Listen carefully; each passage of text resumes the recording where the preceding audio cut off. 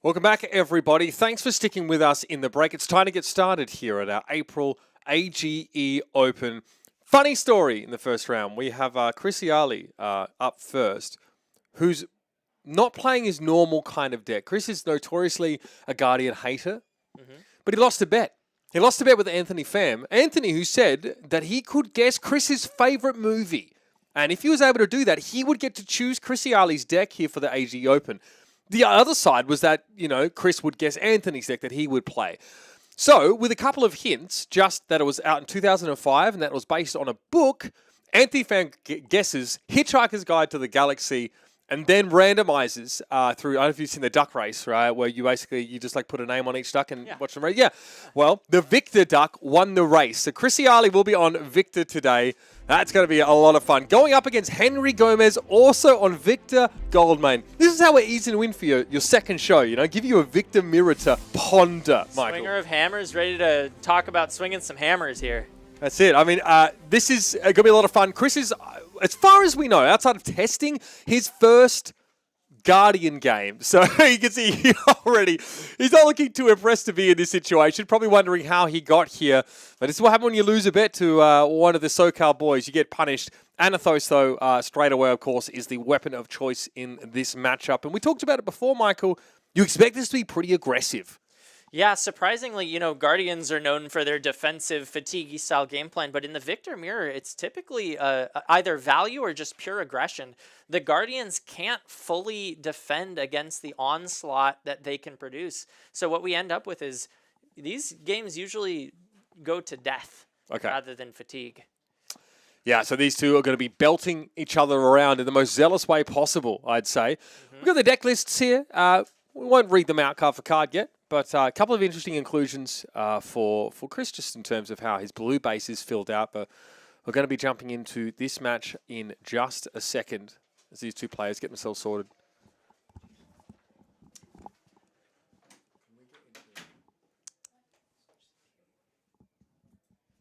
Here we go. We're into the game now, and it's going to be just an Anathos presented here by Henry. 2-card block. Very respectable Flesh and Blood already being played. Interesting. He must have just wanted to filter there rather than, because, choosing to let your opponent filter is also sometimes a bad idea, but valuing the filter of his own more than his opponent's. Yep. Make a seismic surge here. Notice that Chrissy is on tectonic plating. Henry is on that tunic. We know what that means later on. Expect some pummel shenanigans here. And again, it'll just be a pitch and into an Anathos here. Still 2 cards left in hand for Chris. One of them being a pummel. Floating 2. Do you value that here? Just the +4 without the disruption effect? Are you just trying to push this damage? I think it's a tough choice. We're going to see what Chris Iaali values more here. He might just stash that one away if possible. It doesn't really have the ability to get rid of that entire hand here. And if he's playing efficient, I expect him to play it here, but it does feel bad not to get the discard on that. Still a bit of damage, though. This is a bit of an aggressive race. Quicken token. Thank you. Here's a pummel. Interesting. So again, pummel, when played on a club, only gives the +4 and doesn't confer that discard a card on hit like it would on an attack action. So Chris here, really just wants to force as much as he can Henry's way. Already with an 8 life lead. It's a good start here. Henry now with the chance, and like we talked about earlier, we want to go fast. Both victors want to hit hard. I wonder if he's got a Spinal Crush here, giving the Quicken token without a Go Again card. That is a good point. And that would obviously turn that off for Chris, who, again, probably just priced into blocking a Spinal with 2 cards and still, again, but then not being able to make use of that Go Again either way. Rouse the Agents here, showing Golden Sun and Macho Grande. And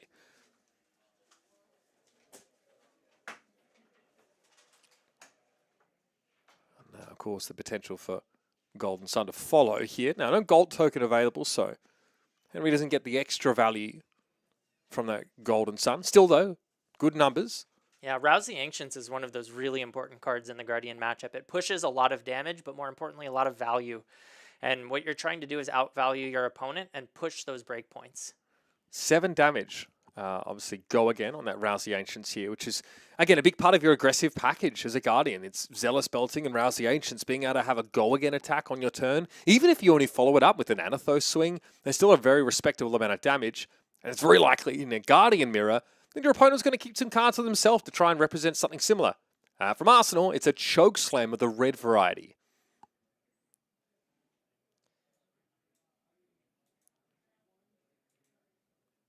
And again, this, of course, meaning that Chris can't gain power from his attack action cards here. So you can see Chris just taking that 7 up front. That's the he wants to be able to make sure to push aggression on his turn, and in doing so, trading his life total.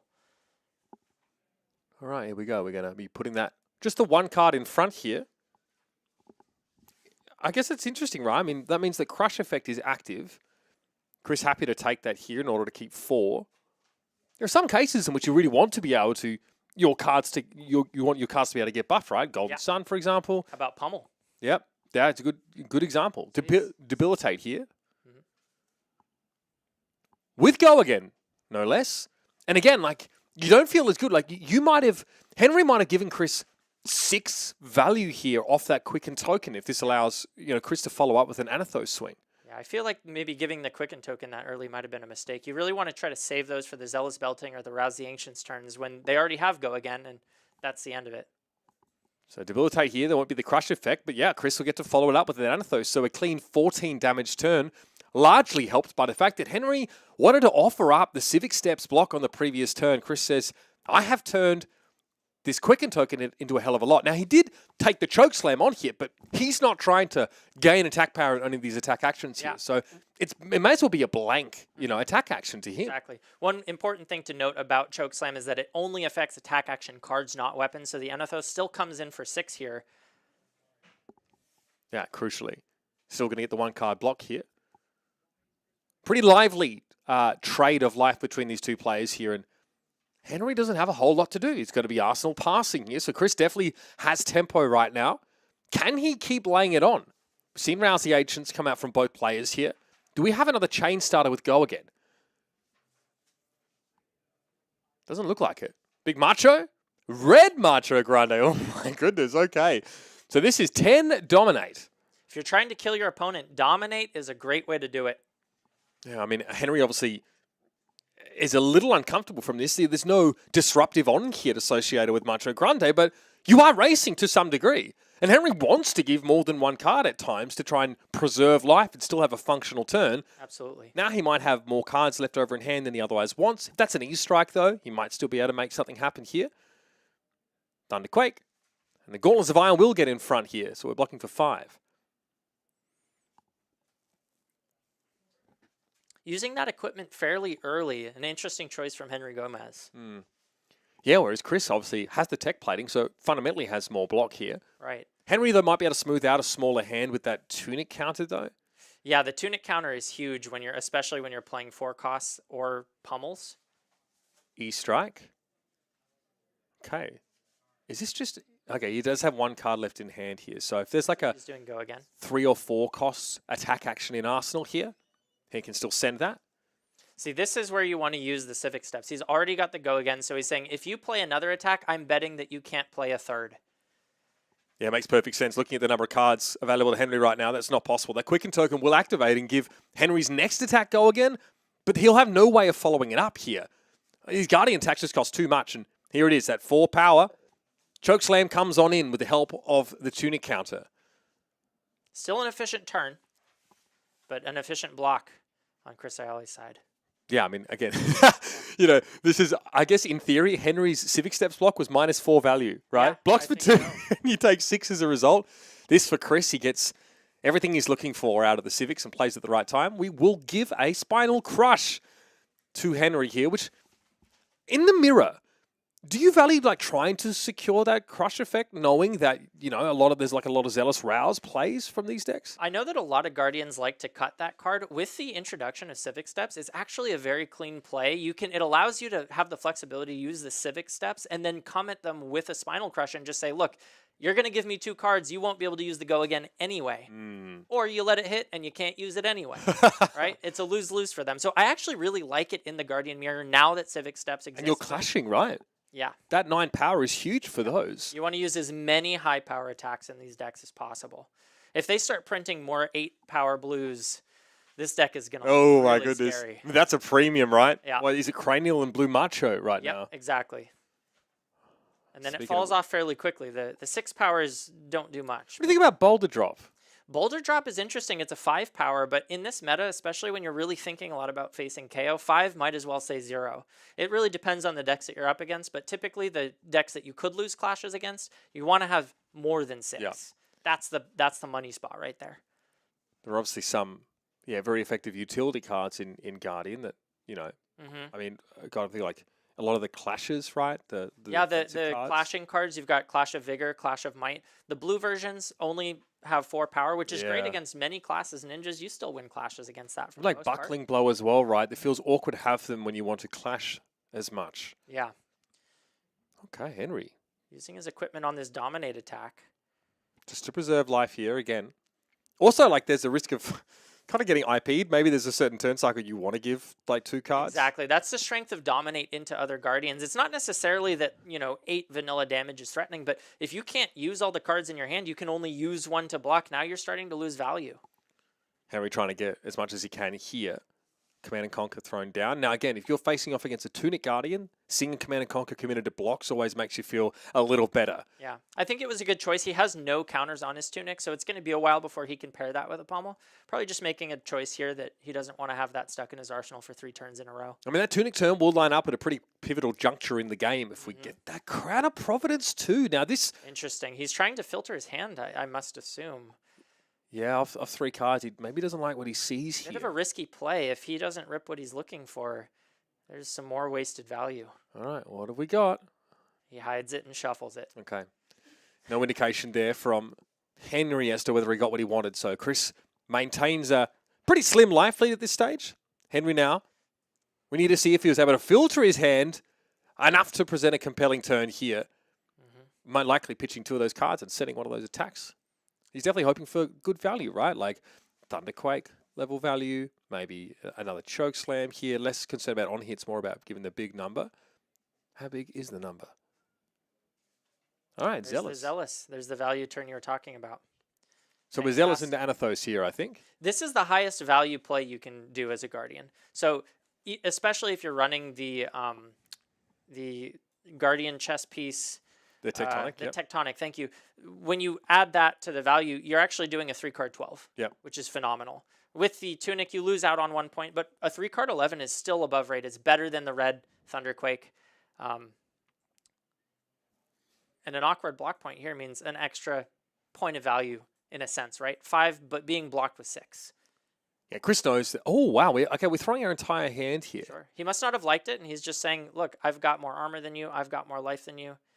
Let's see what you can do with a 4-card hand. You mentioned it, right? It's the highest value turn you can have as a Guardian. And Chris probably says, well, I could get 12 points of block from this hand. That's and right. it lines up pretty well with what you're trying to throw at me. You're throwing 11.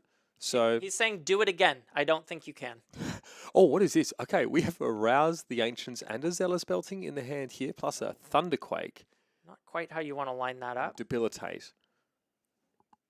Maybe he can put one in Arsenal. Yeah, I mean, you don't want to play both of those cards, the Zealous and the Rouse. If that's a... Yeah, well, the Rouse is looking for high power attacks, and so is the Zealous. You can't pitch the Rouse for it. We'll be in just a second, folks. Right. Here's E-Strike. Again, starting the turn with a Go Again card. So pressure mounting here, Chris might be... Yeah, I mean, again, it's a 2-block, that Rousing Ancient, so obviously doesn't feel nearly as good deploying that card defensively. Zealous? How much does that block for? 2. 2 as well. Yep. Ooh, it's a terrible blocking hand for Chris. On a turn, he really wants to send most of this away. Yeah. Do we Crown of Providence here? It's an option, but I think you'd really like to use that on an Arsenal target if possible. Yeah. Get that extra card. It is a 7 no-go again, though, from Henry. Yeah, not the most threatening turn here. I think Chris is just kind of trying to figure out what the heck he's going to do with this hand on his turn. He doesn't want to block, but he also doesn't have much on the offense. Is there a world where you can just sort of pitch to Tectonic, have a nice 6-power Anathos, and pocket a card here? Well, the fact that Henry is not presenting very much damage makes me wonder if Chris is thinking about... Well, he's only holding 1 card. I was considering the 3-block Arsenal and say, do it again.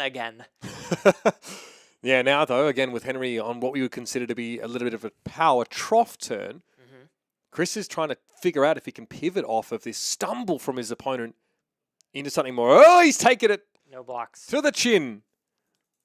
Just doesn't get an agility token off that. Guardians can't have everything, sorry.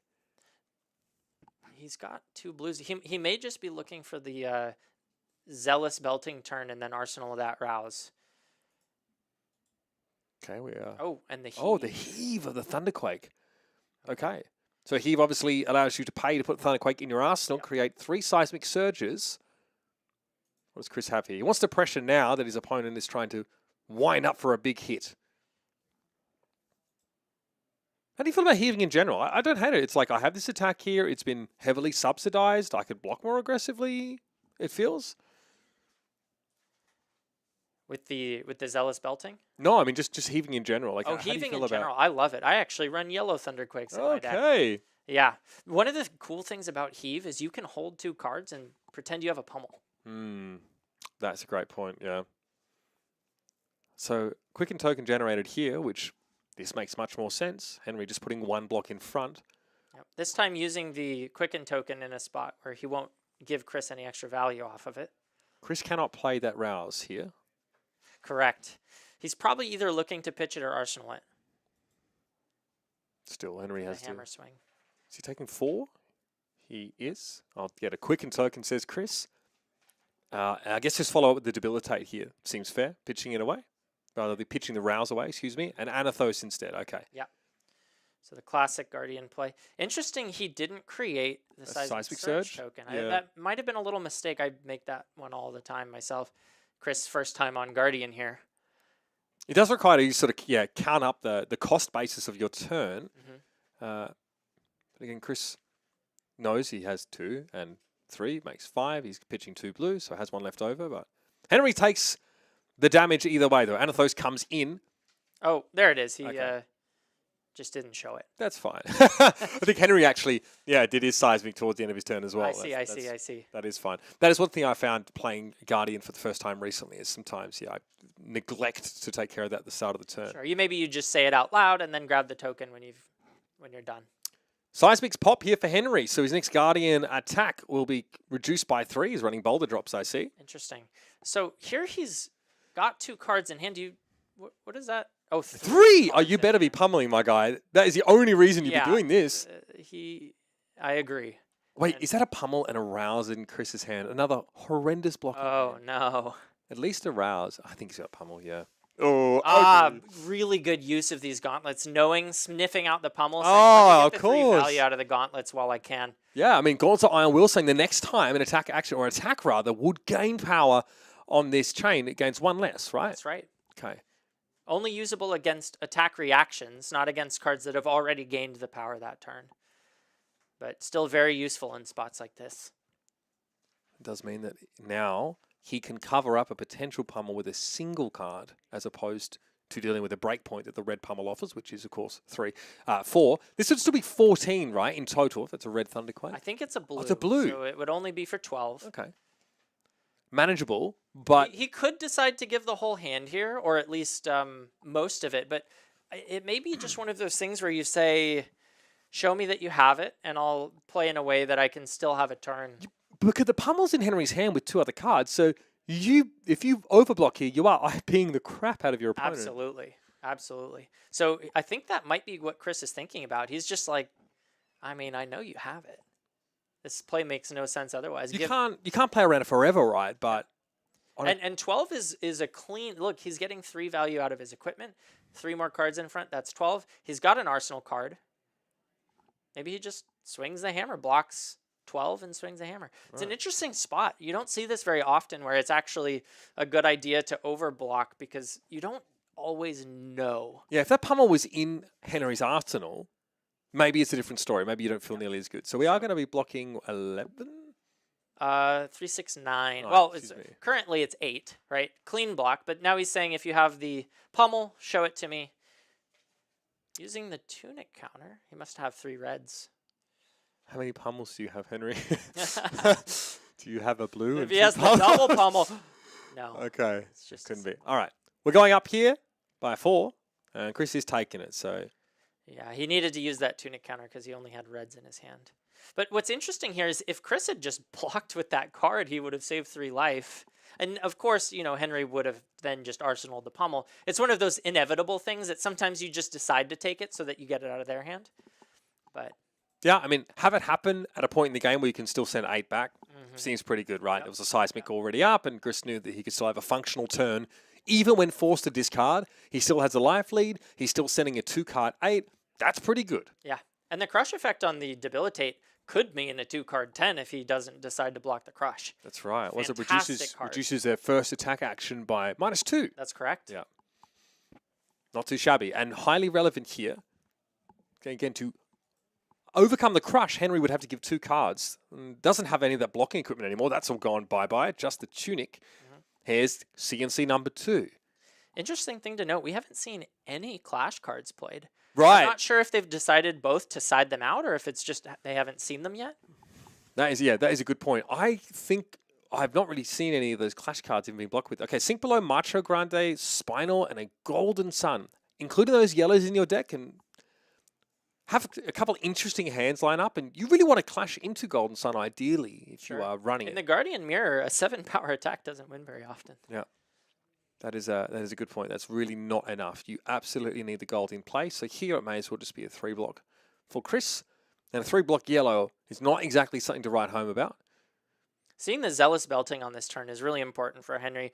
Getting to push some extra damage and get the tempo back in his favor. Chris wants to send a Macho, probably, but he does not have the texture of a hand required for this. He has 2 reds and a yellow alongside that blue. That's ugly. We might be sending 4 next turn.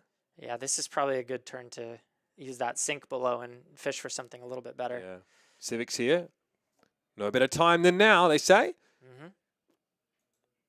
Give the Spinal. Feels like it's less valuable than much of the other stuff Chris has. And we'll save the Sink Below here for something a little bit more threatening. But Henry is likely just to send Anathos. Yeah. Here comes 6. Go again. Oh, interesting. He opts to arsenal the D-React. I guess it's safer to just pocket the D-React and wait for another turn cycle where you have a 4 life lead, as opposed to taking a risk that you sink into something that makes your hand sort of functional. Yep. Choosing to let off the pressure, though. Oh my back God. 2 reds and a yellow. Well, that's why you arsenal that Sink Below. That is it. Yeah, we be sinking this time around. That is for sure. One of them, or are they both E-Strikes? E-Strike Zealous. Okay. It looks like a Debilitate of the blue variety and then a Golden Sun. Well, that's not bad if you've got a blue in there. Because you can still Zealous with the yellow. Yeah, we want to filter, though, ideally here. Henry comes back with 4 cards, so chance to make something threatening happen. But these Golden Suns sat in these players' hands. Not an exciting prospect, as we discussed. Only really presenting, what is it, 4? It's 4 cost 7? Yeah. Yeah, that's not what you want to see. 3 card 7 is not hits. You don't even want to be playing that unless you have a seismic, and you still don't feel good about it. Rather send an E-Strike here, just like Henry is. Keeping up the pressure. So I'm assuming go again. Yeah. And I like that, Chris does maintain some of this equipment around for the more threatening on hits. Like, neither player, we don't know if they're on Terra Sunder, for example. If they're trying to avoid losing clashing at all, rather, they might feel safer including it here. Block with my own E-Strike, he says. That Sink is still chilling. Yep. So it looks like he's going for that play we just discussed with the Zealous Belting, pitching the yellow into the hammer. One of the things about E-Strike is it doesn't add the +2 to Anathos. So we just saw a 5 into a 4. This is going to be a 5 into a 6. Okay. So a little bit of a better card in the Guardian matchups when you're running Anathos. 5 into 6, not too shabby. Getting 11 points of value. And you've already blocked with a card on the previous turn cycle. So 14 off a hand is above rate. 9, unfortunately, for Henry. Not so much. Chris, though, is now taking a life deficit here. I guess he's hoping for this Sink to be, again, obviously extending the block power of your hand by 4 is huge, especially now we're starting to get down to brass tacks in this game. Yeah, and Chris Iaali still has a lot of equipment block left. Save that for the end. Yeah, like I said, especially if there's any of that, like those threatening on hits that come out. Victor obviously is a little bit more interested in sort of having a lot of value in his plays, but that requires gold a lot of the time. Yeah. When the end of the game comes around and life totals are really tight, I think having the ability to dictate what hits and what doesn't. You see the sink below in the arsenal. You see a chess piece with no counters on it, still a block on the gloves. Chris is ready for a surprise. Yep. And he's got, I think, all the control on his side. If he surprises Henry, Henry doesn't have a lot of options to react to that. You can treat Chris as being at what? I mean, Tectonic is battle worn. About right? 11, So, right? Yeah, about 11 life, So- virtually, based on that equipment. So You can put Henry at 7. And again, so many of these Guardian matchups are about turn cycle to turn cycle, just accruing a larger degree of value than your opponent can. So plays like this, 11, off these 3 cards, that matters a whole lot. And if Henry, over the course of a longer game, cannot match that, like I said, he was 5 into 4 previously, Yep. he will lose the game. Yeah. It made it really easy for Chris to block a little bit, take some damage, and then send something much bigger back. Waiting on the block here for Henry, who needs to have a functional turn off a smaller hand, because this is lethal damage being presented. He really wishes he had more There's life to no work way. with. What? Look at this. He's about to go onto a counter. Oh my, guy going to 1. He knows there's no risk of pummel, but okay, he's looking to go hard or go home this next turn cycle. He thinks that he can put tempo on and keep it. That's the game plan right now. But he's not There's happy about it. 3 sinks between Chris's Okay. hand and arsenal, and a test of strength. He's got a blocking hand. Oh my god. I can see why he kept it, though. The Zealous Belting. Or, I'm sorry, the Rouse the Ancients. He also has a Zealous Belting in his hand. But he is gonna lose this turn cycle by -5 because Yeah. he's taken all this damage to have this kind of turn. You do not want to see your opponent with a hand like when you're trying to push damage. He has 19 points of block, Chris, to play with. That's just with the cards he has. 3 sinks, test of strength, CNC. So give test of strength and CNC here, theoretically. He's going to go for the Clash. Thinking about it. Creating a gold at this point of the game, that's scary. I mean, either of these players could be in serious trouble if a Golden Sun comes in. Thunderquake, beats Terra Sunder. Chris, that's something we just talked about. Including those Terra Sunders can be scary. Yep. The Terra Sunder has no attack value on it. Not good if you see that on the top of the deck when you clash. But it is something that Chris knows could end him in this game if he allows Henry to keep a large enough hand. Fortunately, we're at the point where Henry does not have the buffer to do that. You need, what? At least 3 cards with a seismic to do anything with the... Oh, I guess you could... Yeah. You do need a bigger hand to make use of Terra Sunder, which costs 3 on its own. Yeah, Terra Sunder is very clunky. It says that you can't block, and even if you do have a big hand, you need a lot of blues to support it. Is that sync? Are we filtering here? Are we happy with sending a CNC? No, he doesn't use the sync ability. No equipment left for Henry. No tunic, which would have been on 3 this turn. CNC here creating that Seismic Surge. 7 value, plus threatening an on-hit. That's so this is preferable to you over... I guess you can't play defense reactions against this, but... Is that... Yeah, I guess Chris can't clear his arsenal here. Otherwise, Anathos with a Seismic might have been... Well, this is just a pivot turn. He's forcing... I mean, I guess any amount of damage would be considered forcing at this point. But being able to create the Seismic Surge, 2 costs are so valuable when you're running the Tectonic Plating. Because you get to spend that extra resource and set up for a big pummel or... Is Chris's Victor green? He's green armor. I think it's the rainbow foil. It must just... Oh, okay. I was like, did he get Hitting that? I was a like, little Chris bit does not seem weird. like the kind of guy to get that blinged out. That's not really his style. Yeah. Okay, it looks kind of cool The from this green angle, portion of the rainbow showing through here. though. Yeah. All right, what do we got in hand here? Xanathos is blue. That is true. Is it Zealous? Okay, wow. Henry's still able to pull the pressure on here at 1 life. Anthony looking on, realizing it was him that put Chris Iaali in this position by winning the bet and having the duck race to side. I think the ducks also had Levia and Dash. So those were 2 other options that Chris would have to play. I'm like, why didn't you put Teklovosin in there? Riptide. Come on, let's get a bit spicy. Chris is the kind of guy. I mean, this guy's been playing Bolton through the entire arc lately, for God's sake. I mean, he'll play anything at this point. One of the most... I think I watched him in Philadelphia, Chris, play into a fatigue Bravo as Bolton. And I'm watching my good friend get folded into a pretzel by not being able to do anything, really. And he's been off that since then. But this is, of course, this is a world runner-up on the right-hand side of your screen, folks. Back in 2022, 2, I want to say. Yeah, I think he was piloting Breyer. He was on Breyer. So Michael Hamilton got to him in the finals on Icelander, but Chris had a fantastic showing at that Worlds and never, didn't change at all. This guy is still about as humble as they come. Really pleasant guy. Yeah. And always down to answer questions, especially for some of the newer players out here, me included. Cashing in that sink below. Sinking a card. No goal again off the Zealous? Like this guy. Oh, you're brutal. dead. You are dead. Yeah. You're dead. Yeah. That's not. Got rid of that sink, fill to the hand a little bit. Well, he's got the gold for the next Golden Sun. He's probably just looking for either dominate or some amount of break points that he has to. There it is. Zealous? He's going to have to give the whole hand here. Yep. 5. Yeah, so I didn't check the pitch zone when he bloody threw that. Or rather, yeah. Yeah, he threw a blue, but it seems like he didn't have a blue in hand to follow up with. Yeah. Alrighty. Ooh. 2-card block for this one. Doesn't feel... Wow, hey, it lines up pretty nicely. There goes the pummel, though. We are closing the chain to make our seismic search. There it is. And then we are coming in with a red debilitate. You can't block that, it. Chief. That's it. Unless he's got 2 sink belows. Oh, yeah, Arsenal card here. In fairness, if Henry was sort of... That's true. Did he... Arsenal a D-react? I want to say he didn't. It's much easier to see Chris's hand from this angle than Henry's.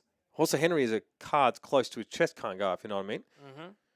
Obviously, both of these players representing, Chris is representing the AGE Pro team, but previously on Team Top Deck Keep, which of course Henry is repping. That's a game store out in Riverside. The staunch. Okay. Blocking 10, staying alive. Love that. Henry hanging in there. Chris now having to draw up a random 4 and see what he's got to work with here to try and put Henry to bed. Victor sometimes can struggle to close games. He can. The breakpoints on the go again attacks, though, it can force cards out of your opponent's hand until you find what you need. And we see another E-Strike here. I'm expecting to see something along the lines of E-Strike Hammer, both presenting breakpoints, just saying, you got 4 cards, give them all to me. Makes perfect sense here. It is awkward to block that 5. Something Assassins do quite well. A lot of those contract attack actions come in at like awkward 5s, I find. Yep. One of our players here, Brian De La Torre, is a notorious Arachne player. Yeah, let's filter. Let's filter a bit here. Interesting. Oh, wait a minute. That is a red test of strength. I don't know what the other pitch card is. Oh, he can. Yeah, he's got. Yeah, we can do that. We got the gas. Okay. I think we're fine here. He's just looking at his opponent. That is dirty. All right, so red. There's a lot of reds. Is it all reds? Oh, it's all reds. He can't play that. Wait. Yeah, he can't play that this turn. He's going to have to Arsenal something. 1 resource short. How annoying. Yeah. Anyway, here's E-Strike for 7. Or rather, more likely 5, right? Follow up with the, So I'm expecting pitching 2 reds to Hammer as a follow-up here. That'll strip all the cards from Henry's hand, and then he can just Arsenal that pummel. And you're in such a... I'm sorry. Yeah. He had 2 cards left. Okay. So we keep running it back. And this is what the end of the game can often look like, is you just force every card until you get the game. Is that because you pitch the test of strength, right? You want more than just... Well, I mean, even a 4-power hammer is 2 cards, just not relevant right now. He can't use it, so you have to... it's over. There it is. And that's what we're talking about here. Waiting for the game closer to come out. You need the red staunch, right? If he has that, but he does not. Oh, unless... Clashing off the top. Well, Henry wins the clash, gets the gold, but again, it's the kind you're going to have to pass down via inheritance because he is deceased. Iaali takes the win here on Victor. We wanted to see the man. There we go. Back of his head.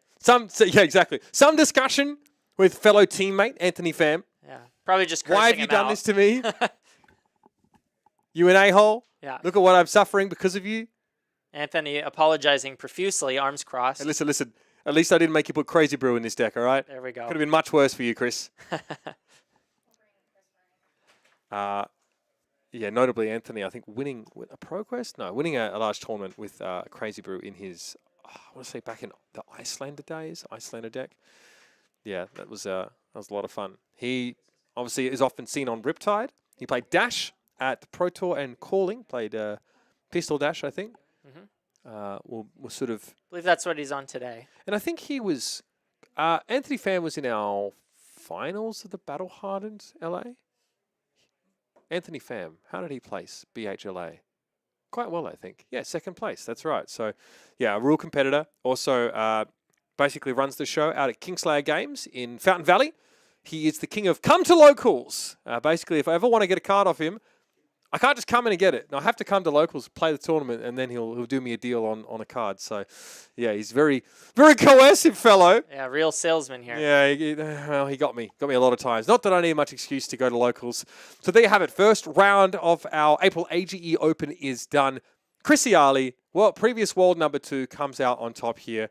Does this game pan out about as you expect it to? Yep. You know, I think that the Guardian Mirror, it's all about getting the tempo at the end of the game. If you can seal it away, because even if you're both at one, hand after hand, you just hold on to that until you get the game closer. And so it's all about kind of playing this game of tug of war so that you can be the one to get them to one while you've got the tempo. Yeah. And that's exactly what we saw. Chris playing it very well. A lot of these dominate attacks, right? Or just, really hard to prevent sort of, good value numbers.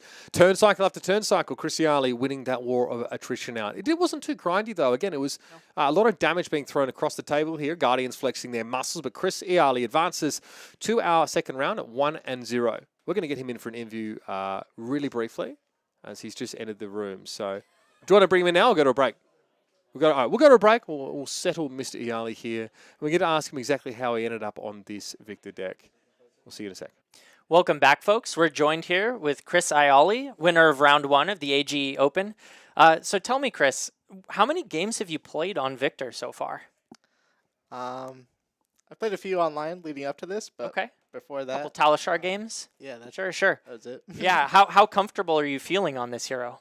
Not too comfortable. I've never actually registered Guardian in an actual tournament, even like an armory. I've never Wow. played Guardian before. Interesting. So, yeah, I lost a bet this week, and so I'm playing. Yeah, Victor. can you tell us about that bet?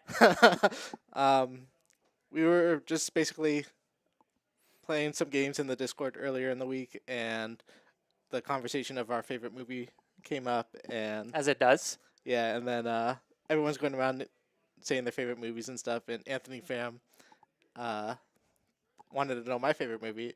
I told him there's no way he guesses my favorite movie in 1,000 years, and I don't even think he's seen the movie. He's too young for Wow. it or whatever. And then I told him I'll give him 2 hints, and I told him it's in 2005, and it's Okay. based off a novel, and he sniped it. Wow. So That's was he surprised when he won that? That's yeah. I mean, he hasn't seen the movie, so I don't know how he got it. that's crazy. What are the chances that someone maybe told him beforehand, or was there's no way? I doubt it, but Doubt it. Okay. He's, So now you're on Victor. yeah, so Won the first round, Yeah, got I the did. Victor mirror. Mhm. How do you feel like that game went for you? yeah, I felt pretty smooth. I was a little worried when he had the tunic, Mhm. especially since he got to go first and start taking it up right away. But I got a little more value out of my civic steps. Yeah. Early. Yeah, we caught And that he sort of gave you that extra go again attack early on, which seemed to hurt him a lot in the early Yeah, game. I think that definitely helped put me in the front foot, and then I had like some DVX clunk up, but they lined up perfectly for his big rouse turn. Okay. Yeah. Yeah, we saw you with a couple clunky hands, deciding to give the whole hand a few times in spots and just keep your life total high. Right. I know you haven't played much Guardian, but how do you feel about the matchup as a whole? What's the key to winning a Guardian mirror?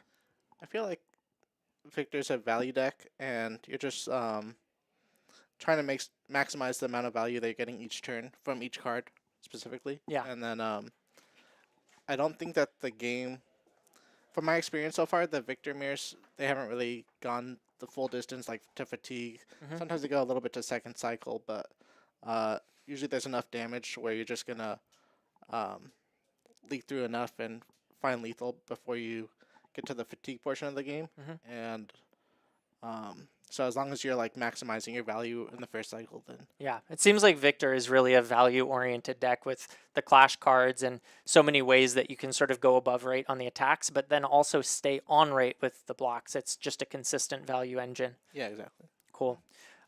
Is there anything else that you want to talk about or tell us?